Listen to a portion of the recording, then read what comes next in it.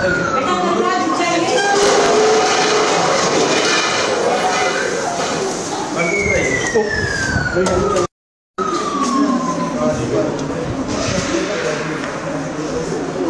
बेटा एक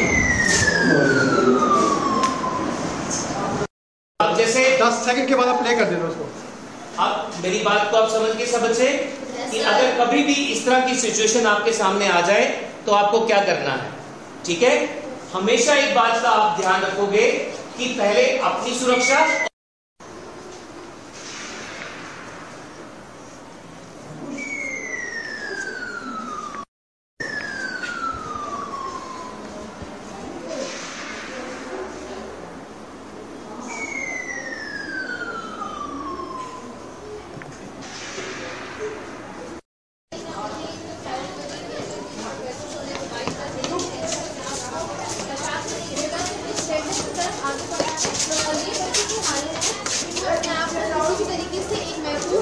हम टाइम टू टाइम बच्चों को ये जानकारी वार सिचुएशन के टाइम जो भी सिचुएशंस या कंडीशंस आती हैं, क्या बच्चों को कैसे अपने आप को प्रोटेक्ट करना है या हमें कैसे प्रोटेक्ट करना है, तो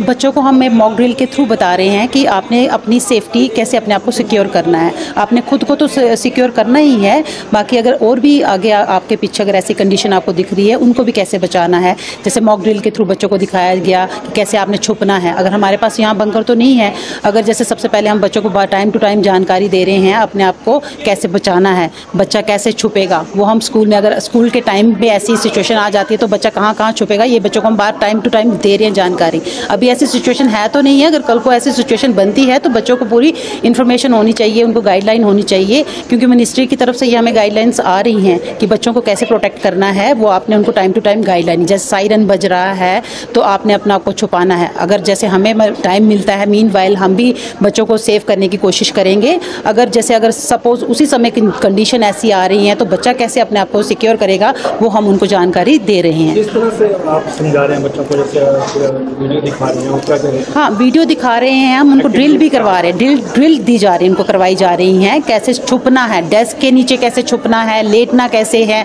अगर ब्लास्ट हो रहे हैं ऊपर, अगर फायरिंग हो रही है तो जितना वो अपने आप को प्रोटेक्टिव एरिया में ले जाएंगे उतना ही वो अपने आप को सिक्योर करा पाएंगे, बचा पाएंगे। तो कोई इंजर्ड हो जाता है उसके लिए क्या? हाँ, उसको हम स्ट्रेचर बनाएंगे बच्चों को इस तरीके का कि जो at the time of emergency जो भी अवेलेबल हुआ, बच्चों को हम ड्रिल देंगे कैसे आपने उठा के ले जाना है, कहाँ पर आपने उनको, अगर सपोज मेडिसिन की ज़रूरत है बच्चों को, क्योंकि इमरजेंसी अगर आ जाएगी तो मेडिकल टीम तो हमारे पास नहीं होगी, तो हम फर्स्ट एड बच्चों को बताएंगे। स्कूल में भी बनी हुई है हमारे पास फर्स्ट एड, तो हम बच्चों को भी गाइडलाइन देंगे कि आपने फर्स्ट एड अपने पास कैसे घरों में बना के रखनी है, कैसे मेडिसिन आपने अपने पास सिक्योर रखनी है।